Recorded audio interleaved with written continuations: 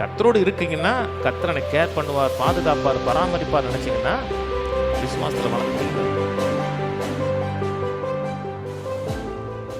எண்ணத்தை உண்போம் எண்ணத்தை குடிப்போம், எண்ணத்தை உண்போம் எண்ணத்தை குடிப்போம் என்று உங்கள் ஜீவனுக்காகவும் எண்ணத்தை உடுப்போம் உங்கள் சரீரத்திற்காகவும்.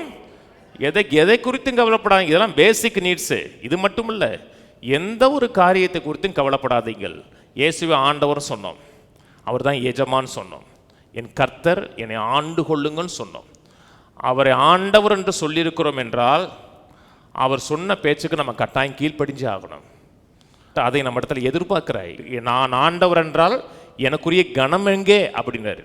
இப்போ ஒருத்தர் உங்களுக்கு சொல்கிறாரு, எப்பா இங்கே வாப்பாங்கிறாரு, பையா அப்படின்னா நீங்கள் என்ன அவரை மதிக்கிறீங்கன்னு அர்த்தமா? அதெல்லாம் ஒருத்தரை ரொம்ப மட்டம் தட்டுற மாதிரி. அது என்னென்னா அவர் சொல்கிறதே நீங்கள் அவமதிக்கிறது மாதிரி. கர்த்தர் கவலைப்படாதன்னு சொன்னார் என்றால் கவலைப்படக்கூடாது. ஏன்னா அவர் ஆண்டவன் சொல்லியிருக்கிறோம், எஜமான் சொல்லியிருக்கிறோம், என்னுடைய லார்டுன்னு சொல்லியிருக்கிறோம். ஆனால் நம்ம கவலைப்படக்கூடிய எண்ணங்களை பிசாசு உள்ள வச்சுட்டே இருப்பான். ஏன்னா அவன் அழிக்கவும் திருடவும் கொல்லவும் வருகிறான் என்று வேறொன்றுக்கும் வரான் இருக்கு. கவலைப்படுகிற எண்ணங்களை உள்ள வச்சு கர்த்தர் நமக்கு உதவி செய்யாமல் இருப்பான். அதனால தான் வேதம் சொல்லி இஸ்ரவேல் மக்களை குறித்து பேசுகிறது. சங்கீதம் 78 அவர்கள் இஸ்ரவேலின் பரிசுத்தரை அவர்கள் மட்டுப்படுத்தினார்கள் இருக்கு. கர்த்தர் செயல்படுகிறது மட்டுப்படுத்தலை. கர்த்தர் நம்முடைய வாழ்க்கைக்குள்ள நமக்கு செயல்படுகிறதை, நமக்கு உதவி செய்கிறதை நாம் தடை செஞ்சிடலாம்.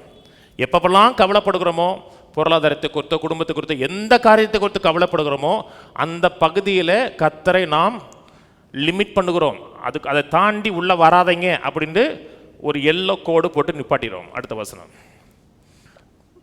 ஆகாயத்து பட்சிகளை கவனித்து பாருங்கள், அவைகளை விதைக்கிறதும் இல்லை, அறுக்கிறதும் இல்லை, களஞ்சியங்களை சேர்த்து வைக்கிறதும் இல்லை, அவைகளை உங்கள் பரமபிதா பிழைப்பூட்டுகிறார். அவைகளை பார்க்கும் நீங்கள் விசேஷித்தர்கள் அல்லவா? ஆகாயத்து பட்சிகளை, பறவைகளை கவனித்து பாருங்கள். ஏதாவது ஒரு பறவையை பாருங்கள், நீங்கள் எந்த பறவைனாலும் பார்த்துக்குங்க. ஏதாவது ஒரு பறவை கவலைப்பட்ட பார்த்துருக்கீங்களா? கொக்கு ஒத்த காலம் நீங்கள் இன்னும் தூங்கிட்டு தான் இருக்கும், கவலைப்படாது. அது கவலைப்படுதுன்னு நினைக்காதீங்க. ஒத்த காலில் நிற்கிது சொல்லுவாங்க, நான் ஒத்த காலில் நிற்கிறேன். எனக்கு தெரிஞ்சு ஒத்த காலில் நிற்கிற ஒரு பறவைன்னா அதான் அடிக்கடி ஒத்த காலில் நின்று அது கவலைப்படாது, அது தூங்கும். கோழிக்கடையில் இருக்க கோழி கூட அடுத்த 1/4 மணி நேரத்தில் நம்மளை அறுக்க போகிறான்னு தெரிஞ்சால் கூட கவலைப்படாது, தெரியுமா? அதெல்லாம் கத்த சொன்னால் அதை கவனிச்சு பாரு. அந்த காரியத்தில், கவலைப்படுகிற காரியத்தில் ஒரு பறவையை போல மாறுண்டார். மற்ற காரியத்தில் இல்லை, கவலைப்படுகிற காரியத்தில் ஒரு பறவையை போல மாறு. அது ஒரு நாளும் கவலைப்பட்டதில்லை. இந்த வருஷம் மழை பெஞ்சா நமக்கு தானியம் கிடைக்குமா, தண்ணி கிடைக்குமான்னு ஒரு நாளும் கவலைப்பட்டது கிடையாது. சந்தோஷமாக இருக்கிறது, சந்தோஷமாக மனமகிழ்ச்சியாக இருக்கிறது. ஏன்னா அதுக்கு எந்த கவலையும் கிடையாது. அது ஒரு நாளும் பட்டினியில் செத்து பார்த்ததும் கிடையாது. அதனால் கர்த்தர் சொல்கிறார், இங்கேயாவது இங்கே ஆகாயத்து பட்சிகளைங்கிறாரு. லூக்கால் சொல்கிறார், காகங்களை கவனித்து பாருங்கிறாரு. இருக்கிறதுலே மட்டமான ஒரு விதம் காக்கா. ஆனால் காக்கா கூட பட்னியில் கடந்து பார்க்க முடியாது. அவைகளை உங்களுக்கு பரமபிதா பிழைப்பூட்டுகிறார் என்றால் இந்த கடனை எப்படி அடைப்போம், அதை எப்படி அடைப்போம், இதை எப்படி அடைப்போம் என்று கவலைப்படாதிருங்கள். என்ன அந்த பறவைகளை பார்க்கலும் நாம் விசேஷித்தவர்கள் அல்லவாங்கிறார். கீழே கவலைப்படுகிறதுனால் உங்களை ஏவன் தன் சரீர அளவோடு ஒரு முளத்தை கூட்டுவான். உடைக்காகவும் நீங்கள் கவலைப்படுகிறது என்ன? காட்டு புஷ்பங்கள் எப்படி வளர்கிறது என்று கவனித்து பாருங்கள். அவைகள் உழைக்கிறதும் இல்லை, நூற்கிறதும் இல்லை. என்றாலும் சாலமோன் முதலாய் தன் சர்வ மகிமையிலும் அவைகளில் ஒன்றை போலாயிலும் உடுத்தி இருந்ததில்லை என்று உங்களுக்கு சொல்லுகிறேன். உடைக்காக கவலைப்படாதீங்க. உடைக்காக மட்டுமல்ல, எந்த ஒரு ப்ரொவிஷனுக்காக கவலைப்படாதீங்க. சில மக்கள் உடைக்காக கவலைப்பட மாட்டாங்க. சிலருக்கு என்ன கவலை இருக்கும்னா, இவ்வளோ ட்ரெஸ்ஸில் நான் எந்த ட்ரெஸ்ஸை கட்டுறதுன்னு கவலை இருக்கும். அப்படிப்பட்டவங்களாம் இருக்காங்க. இவ்வளோ ட்ரெஸ் இருக்கே, இன்றைக்கி எதை கட்டுறது? உங்களுக்காகவோ உங்கள் பிள்ளைகளுக்காகவோ எந்த ஒரு காரியத்துக்காக, உங்களுக்கு ப்ரொவிஷனுக்காக, அது உணவாக இருக்கலாம், உடையாக இருக்கலாம்.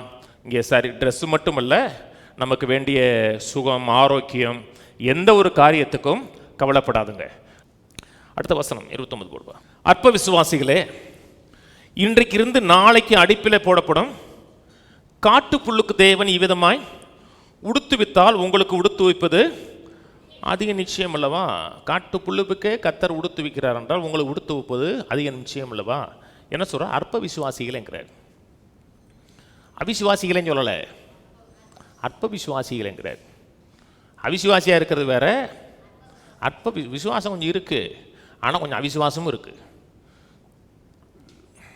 அற்ப விசுவாசிகளே, கர்த்தர் உங்களை நடத்துவது, உங்களை ஆசீர்வதிப்பது, உங்கள் தேவைகளை சந்திப்பது அதிக நிச்சயம் அல்லவா? கட்டாயம் சந்திப்பார். காட்டு புல்லுக்கே உடுத்து வைத்தார், உங்களுக்கு உடுத்து வைப்பது அதிக நிச்சயம் அல்லவா? எப்பப்பெல்லாம் கவலைப்படுகிறோமோ, கவலைப்படும் போது கர்த்தர் எனக்கு ஒருத்தர் இல்லை, என்னை போஷிக்கிறதுக்கு ஒருத்தர் இல்லை, என்னை பராமரிப்பதற்கு ஒருத்தர் இல்லை, என்னை பாதுகாப்பதற்கு ஒருத்தர் இல்லைன்னு சொல்கிறோம். சொல்லாதுங்களா, எனக்கு யாருமே இல்லை, நான் தனியாக இருக்கிறேங்க. பார்த்தீங்களா? அப்படியா? நீங்கள் என்றைக்கெல்லாம் தனியாக இருக்கிறீங்கன்னு சொன்னீங்களோ அப்போனா கர்த்தரை மறக்கிறோன்னு அர்த்தம். நீங்கள் தனியாக இல்லை, கர்த்தர் சொன்னாரும் நான் உன்னை விட்டு விலகவே மாட்டேன்னாரு. எப்போப்பெல்லாம் நான் தனியாக இருக்கிறேன், எனக்கு உதவி செய்ய யாரும் இல்லை அப்படி நினச்சோம்னாவே கவலை வந்துடும். 2003 இந்த ஊழியத்துக்கு வந்தேன். 2003 மே மாதம் வந்தேன். 2005 மே மாதம் கல்யாணம் வந்துச்சு. கிட்டத்தட்ட 2 வருஷம். 2 வருஷம் நான் யாரும் இல்லை. அப்போ எனக்கு 1.5 வருஷத்தப்போ மொபைல் கூட கிடையாது. அப்போ தான் அந்த 2100 1100 அந்த குட்டி ஃபோனு, செகண்ட் ஃப்ளோர்லேருந்து கீழே தூக்கி போட்டால் கூட உடையாது தெரியுமா? திரும்பி போட்டால் கூட அப்படி எடுத்து உள்ளே வச்சுக்கலாம், எந்த பாதிப்பும் ஏற்படாது, ஸ்க்ரீன் கிராச் ஆகாது, எதுவுமே ஆகாது. நான் ஒரு நாள் கூட கவலையாக இருந்து கிடையாது, ஒரு நாள் கூட கவலைப்பட்டு கிடையாது, ஒரு நாள் கூட, ஒரு செகண்டு கூட நான் கவலைப்பட்டது கிடையாது. யாரும் எனக்கு இல்லை அப்படின்னு நினச்சது கூட கிடையாது. கர்த்தரோடு இருக்கீங்கன்னா கர்த்தர் என்னை கேர் பண்ணுவார், பாதுகாப்பார், பராமரிப்பார் நினச்சிங்கன்னா விசுவாசத்தில் வளர்ந்துக்கிட்டீங்கன்னு அர்த்தம்.